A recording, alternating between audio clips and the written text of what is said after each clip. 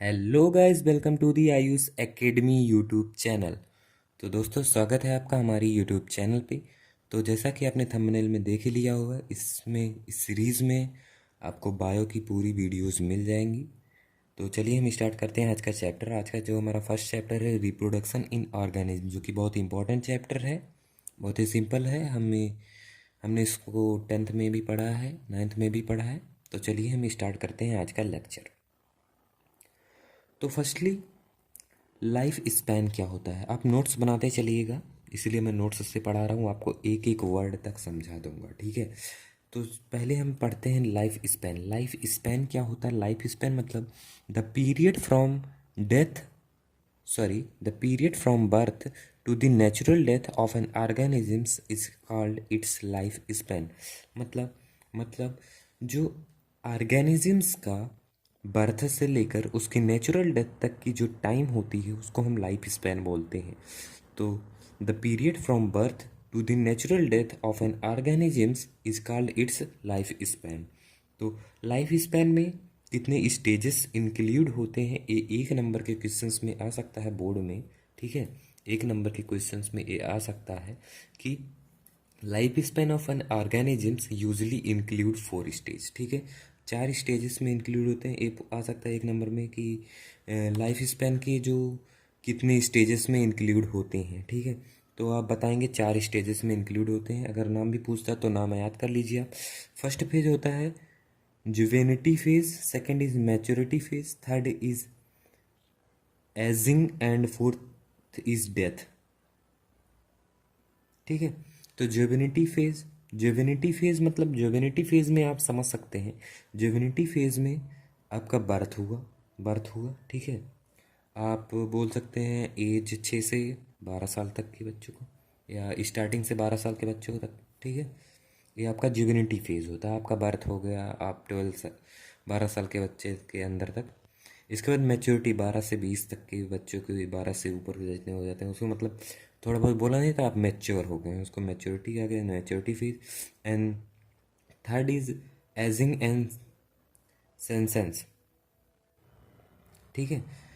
इसको आप समझ सकते हैं जैसे आपका बॉडी ग्रोथ हो गया और आप फाइनल स्टेज में जा रहे हैं, आप बूढ़े हो गए हैं, सिंपल भाषा में।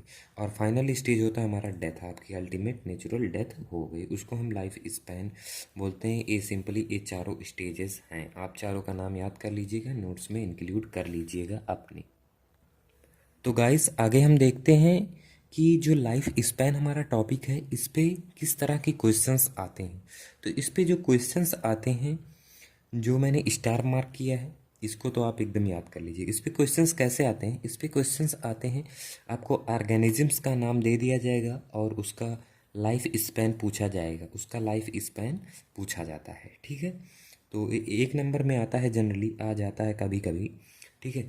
तो जो स्टार मार्क है उसको आप ज़रूर याद कर लीजिएगा। और ये सब भी आ सकते हैं और आए हैं कभी कभी ईयर्स में। आपको एकदम प्योरीफाइड नोट्स दिया प्रोवाइड कराया जा रहा है, ठीक है।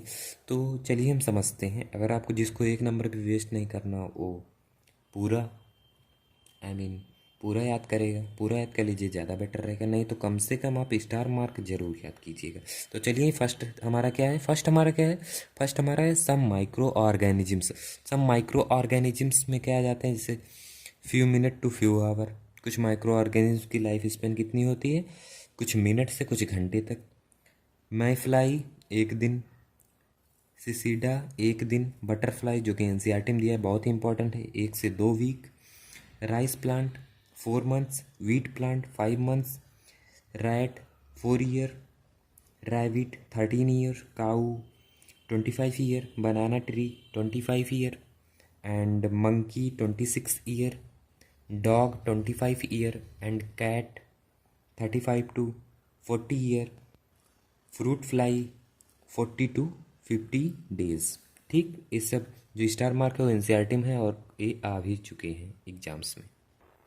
इसके बाद क्या है? इसके बाद है व्हील, जिसका 37 year, horse 50 years, elephant 60 to 70 years, eagle 90 years, man 100 year, parrot 140 year, tortoise 100 to 150 years banyan tree, 200 to 300 year peepal tree, peepal tree हमारा 2000 to 3000 year.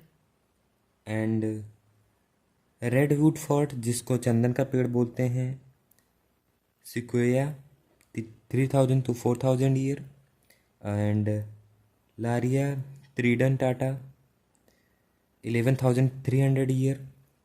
Lomatia tasmanica Lomatia tasmanica 43,000। Rose 5 to 7 year. Crow 15 year. Crocodile 60 year.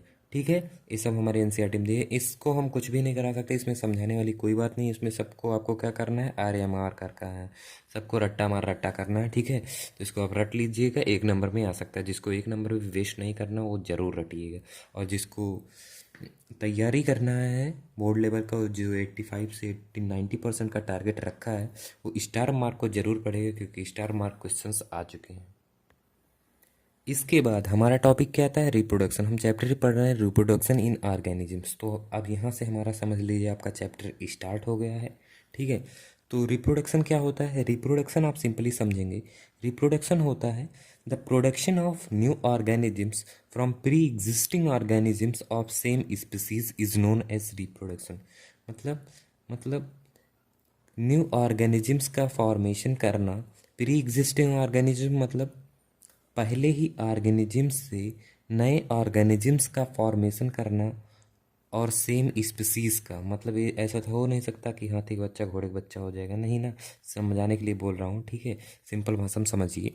Production of नए organisms का production करना from pre existing organism, पुराने organisms से नए organisms का formation करने को रिप्रोडक्शन कहते हैं इन हिंदी।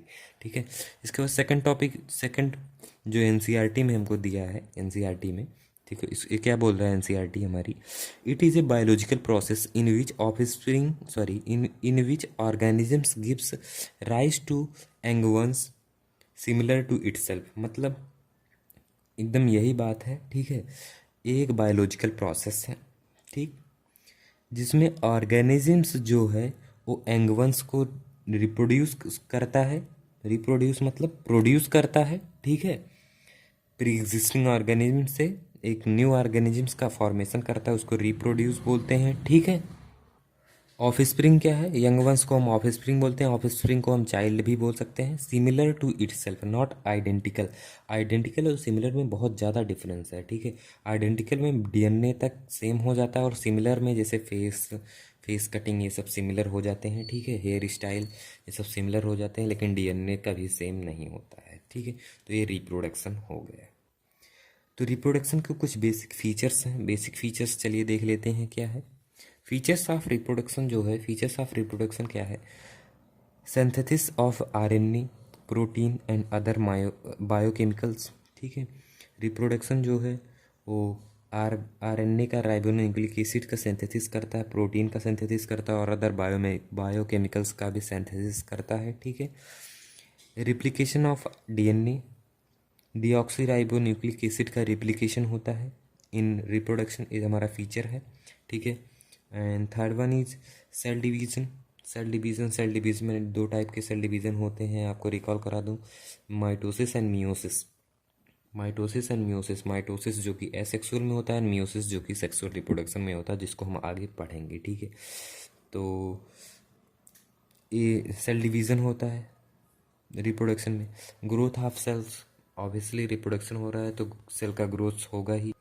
सिंपल आपको सिर्फ समझना है। ठीक है, आप समझ लीजिए, ये सब सिंपल बातें हैं।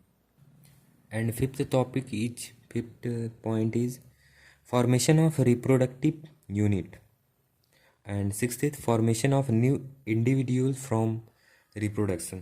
तो इसको आप रटिएगा मत। ठीक है, मैं आपको एकदम सिंपल वे में समझा देता हूँ, समझिएगा, सिंपल भाषा में समझिए।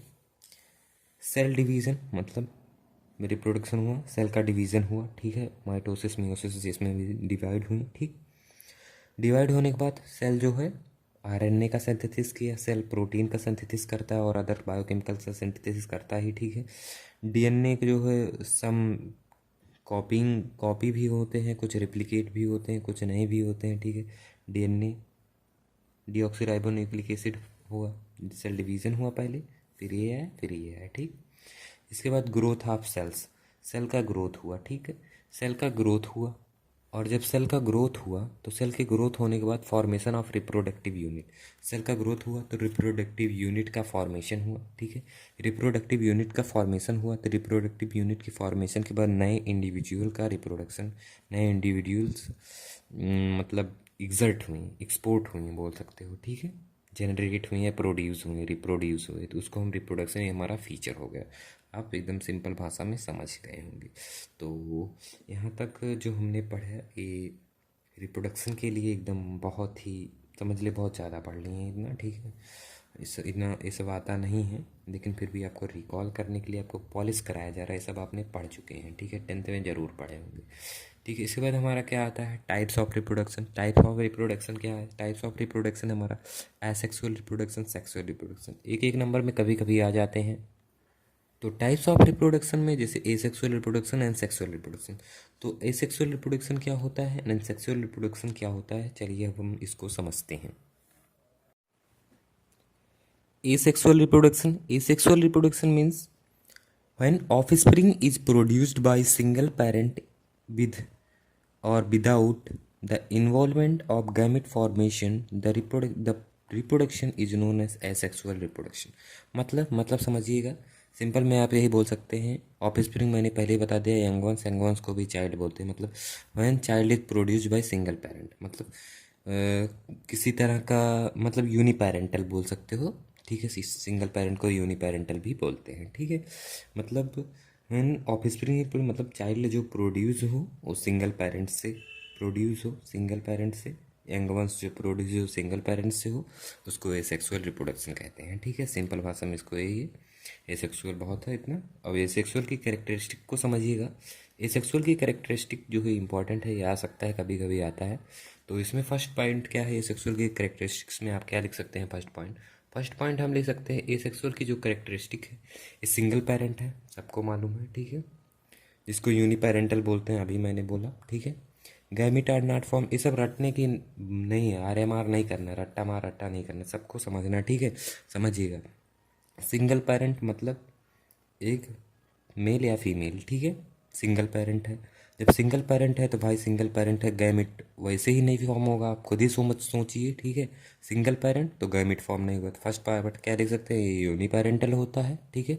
सेकंड पॉइंट लिख सकते हैं कि ये इसमें गैमिट फॉर्म नहीं होता है, भाई सेकंड फॉर्म के ऊपर थर्ड पॉइंट भी निर्भर है, समझिए, जब गैमिट का फॉर्मेशन नहीं होता, गैमिट का फॉर्मेशन नहीं हुआ तो मतलब किसी तरह का फर्टिलाइजेशन नहीं हुआ, ठीक है, भाई सिंगल सेल है तो उसमें क्या फर्टिलाइजेशन होगा, ठीक है, समझ गए आप, गैमेट नहीं फॉर्म हुआ तो उसमें क्या फर्टिलाइजेशन होगा, फर्टिलाइजेशन भी नहीं हुआ, जिसमें फर्टिलाइजेशन नहीं होता उसको क्या बोलते हैं,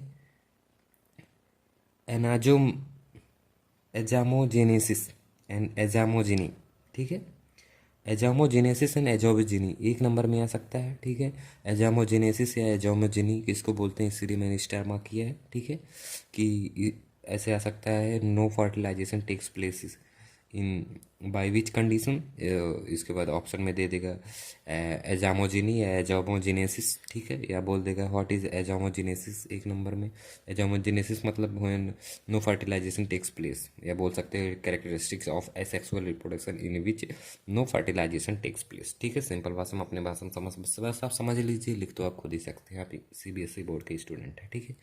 इसके बाद फोर्थ पॉइंट क्या है, there is only mitotic cell division, mitosis होगा, यस होगा यहाँ पे, there is only mitosis cell division, मतलब मैंने सेल डिवीजन मैंने पहले ही बता दिया, माइटोसिस मियोसिस, मतलब एसेक्सुअल रिप्रोडक्शन में पहले ही बताया था, सेल डिवीजन जो होता है माइटोसिस होता है। माइटोसिस क्यों होता है, क्वेश्चन एराइज होता है ना, माइटोसिस क्यों होता है, तो माइटोसिस इसलिए होता है क्योंकि माइटोसिस में डिप्लॉइड फॉर्म होता है, ठीक है, और मियोसिस में डिप्लॉइड से हैप्लॉइड फॉर्म होता है, मतलब दो से दो ही रहता है इसमें, सॉरी माइटोसिस में, और मियोसिस में दो से अधिक भी हो सकता है, तो मतलब इसमें सिंगल पेरेंट इन्वॉल्व होते हैं, ठीक है, तो सिंपल इतना समझ लीजिए कि माइटोसिस सेल डिवीजन होता है, ठीक है, सेक्सुअल रिप्रोडक्शन में, ठीक है। इसके बाद क्या होता है, उसके बाद है unit of reproduction is made up of one or more somatic cell as reproduction hence somatogenic reproduction. तो एक नंबर में आ सकता है सोमैटोजेनिक रिप्रोडक्शन किसे कहते हैं, सोमैटोजेनिक रिप्रोडक्शन ऐसे रिप्रोडक्शन को कहते हैं, ऐसे एसेक्सुअल रिप्रोडक्शन को कहते हैं जिसमें जिसमें या फिर बोल सकते हैं जो बनी हो एक या एक से अधिक सोमैटिक सेल से, ठीक है, उसको सोमैटोजेनिक रिप्रोडक्शन बोलते हैं। ठीक है, मतलब asexual reproduction which is made up of one or more somatic cell is known as somatogenic reproduction। आप अपने लैंग्वेज में ऐसे लिख सकते हैं। ठीक है, और सिक्स्थ टॉपिक हमारा क्या है, सिक्स्थ टॉपिक हमारा है डॉटर ऑर्गेनिजम्स और जेनेटिकली आइडेंटिकल टू पेरेंट। ये बहुत ही इंपॉर्टेंट पॉइंट है, बहुत ही इंपॉर्टेंट पॉइंट है, स्टार मार्क कर लीजिएगा, ये क्वेश्चन आ चुका है, स्टार मार्क कर लीजिए इसको। ठीक है, स्टार मार्क कर लीजिए। जेनेटिकली आइडेंटिकल, जेनेटिकली मैंने सिमिलर और आइडेंटिकल पहले ही बता दिया है। सिमिलर में मतलब जैसे face cutting, hair style, body language, ये सब सेम हो सकता है, उसको सिमिलर बोलते हैं। ठीक है, आइडेंटिकल मतलब क्या, आइडेंटिकल मतलब डीएनए तक सेम हो जाए, जिसमें DNA deoxyribo nucleic acid same हो जाए उसको आइडेंटिकल पेरेंट बोलते हैं, मतलब exact to copy to copy. ठीक, डीएनए तक कॉपी। और संबंधित मल्टीप्लिकेशन अकर रैपिडली, इसमें मल्टीप्लिकेशन जो है बहुत तेज़ी से अगर करता है। ठीक है, तो इस पे क्वेश्चन आया था, क्या आया था, वाई डॉटर, मतलब इस पे क्वेश्चन ऐसे बन सकता है ना कि daughter are genetically identical to parent, तो जेनेटिकली आइडेंटिकल क्यों है, मतलब why the daughter organisms are genetically identical in asexual reproduction. Asexual reproduction में डॉटर ऑर्गेनिज्म जेनेटिकली आइडेंटिकल क्यों होते हैं टू इट्स पेरेंट्स। तो कोई आइडिया है आपको, तो चलिए समझ लेते हैं इसको, ये क्यों होता है। ये क्वेश्चन आया है शायद बोर्ड एग्जाम में। तो ये देखिए आ गया हमारा question, why daughter organisms are genetically identical to parent in asexual reproduction. तो क्यों होते हैं, तो आंसर भी सुनिए। बिकॉज इन एसेक्सुअल रिप्रोडक्शन, क्योंकि एसेक्सुअल रिप्रोडक्शन में हमें पता है, we all know that no gamete are formed. सब वही पॉइंट है, बस आप पॉइंट को समझिए, क्वेश्चन कैसे घुमाता है आप सिर्फ समझिए, ये सब आपको पता था, लेकिन ऐसे क्वेश्चन घुमा देता है। तो अगर क्वेश्चन, इसीलिए क्वेश्चन की प्रैक्टिस जो है बहुत इंपॉर्टेंट है। सीरीज को फॉलो करो, नोट्स भी प्रोवाइड की जाएगी, और नोट्स ख़त्म, सॉरी, नोट्स डिस्क्राइब भी किया जाएगा, नोट्स डिस्क्राइब के बाद नोट्स प्रोवाइड भी की जाएगी, नोट्स प्रोवाइड के बाद आपको इंपॉर्टेंट क्वेश्चन भी कराया जाएगा, अरिहंत की बुक की क्वेश्चंस तक की कराई जाएगी, एनसीईआरटी सॉल्यूशन भी कराया जाएगा आपको। टोटली समझ लीजिए 95+ के लिए ये सीरीज स्टार्ट किया हूँ। ठीक है, तो न्यू चैनल है भाई, सपोर्ट ज़रूर दिखाइएगा। तो चलिए देखते हैं, because of asexual reproduction, asexual reproduction तो भाई नो गैमिट आर फॉर्म है, किसी तरह की गैमिट फॉर्म नहीं होगी। जब किसी तरह की गैमिट नहीं फॉर्म होगी तो किसी तरह का फर्टिलाइजेशन नहीं होगा। ठीक है, जब किसी तरह का फर्टिलाइजेशन ही नहीं होगा तो जो डीएनए है वो सेम ही रह जाएगा, इसीलिए आइडेंटिकल होता है टू इट्स पेरेंट। तो आप समझ गए होंगे, मतलब एग्जाम्पल से मैं आपको समझाऊँ, एग्जाम्पल से मैं आपको अगर समझाता हूँ, एग्जाम्पल से जैसे मैं आपको समझाता हूँ, ये पेपर है, ठीक है, ये पेपर है, ये कोई पेपर है, ठीक है, इसको ऐसे मैं फोल्ड कर फाड़ दूँ, ठीक है, इसको मैं ऐसे फाड़ दूँ, दो भाग में कर दूँ, ठीक है, वो इम्पोर्टेंट पेपर था इसीलिए मैंने नहीं फाड़ा।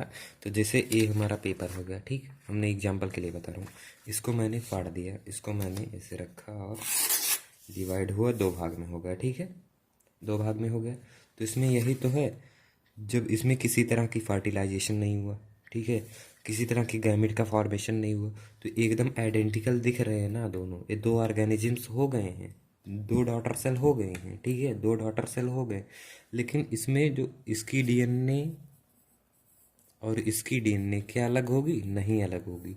किसी तरह की जब गैमेट का फॉर्मेशन ही नहीं हुआ, किसी तरह का फर्टिलाइजेशन ही नहीं हुआ है, तो डीएनए चेंज ही नहीं हो सकता। जब डीऑक्सीराइबो न्यूक्लिक से चेंज नहीं है तो उसी को हम बोलते हैं जेनेटिकली आइडेंटिकल। ठीक है, उम्मीद करता हूँ आपको समझ में आ गया होगा। ठीक है, इसके बाद हम टाइप्स पढ़ेंगे एसेक्सुअल रिप्रोडक्शन से। सेक्सुअल रिप्रोडक्शन के लिए इतना, सॉरी, एसेक्सुअल रिप्रोडक्शन के लिए इतना इनफ है, ठीक है, इतना बहुत है, समझ लीजिए। टाइप्स ऑफ एसेक्सुअल रिप्रोडक्शन में आपको क्या पढ़ना है? टाइप्स ऑफ एसेक्सुअल रिप्रोडक्शन में आपको पढ़ना है फिजन, फिजन के बाद बाइनरी फिजन, बाइनरी फिजन के बाद बाइनरी फिजन के अंदर आ जाते हैं, सॉरी, फिजन के अंदर बाइनरी फिजन आ जाते हैं, बाइनरी फिजन के बाद एक मल्टीपल फिजन आ जाते हैं। तो ये सब हम अगली सेशन में डिस्कस करेंगे। तो आज के लिए इतना ही। अगर सेशन पसंद आया हो तो सेशन को लाइक कीजिएगा और शेयर कीजिएगा अपने दोस्तों के साथ। ठीक है, नया चैनल है, सपोर्ट ज़रूर दिखाइएगा। Thanks for watching dear friends, and stay motivated and stay watching my videos. Thank you.